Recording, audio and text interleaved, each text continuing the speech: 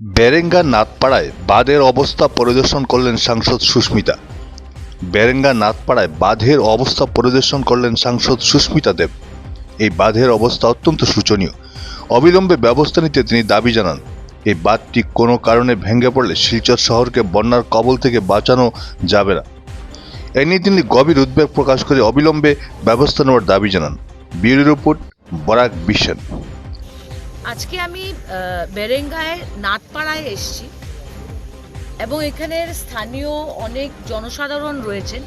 ঠিক এই জায়গাতে মার্চ মাসে তৃণমূল কংগ্রেস একটা আন্দোলন করেছিল যে ড্রাই সিজন থাকতে থাকতে এই কাজটা শেষ করবে।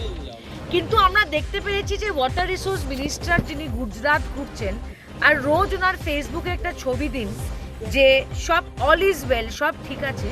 ওনার উচিত যেখানে এই ধরনের থার্ড ক্লাস কাজ হয়েছে, যেখানে বাঁশ দিয়ে পাড় ভাঙ্গন ঠিক করার চেষ্টা করে হচ্ছে, যেখানে সিজন মতো কাজ হয়নি, মাননীয় মন্ত্রীর এখানে আসা উচিত। আপনি তো ওইখানে ঘুরছেন যেখানে সব ঠিক আছে, যেখানে আপনার ডিপার্টমেন্ট ফেল করছে আপনি সেখানে আসছেন না কেন? আজকে বরাক নদীর স্রোত আর লেভেল, জলের লেভেল ডেঞ্জারের উপরে চলে গেছে। এই পাড়টা যদি ভেঙে যায় সমস্ত শিলচর শহর 20 মিনিটের মধ্যে এটার শিলচর শহরে ফ্লাডিং হয়ে যাবে। সো মুখ্যমন্ত্রীকে বলছি, ওয়াটার রিসোর্স মিনিস্টারকে বলছি যে আপনি আপনার নজরটা শিলচরের দিকে দিন।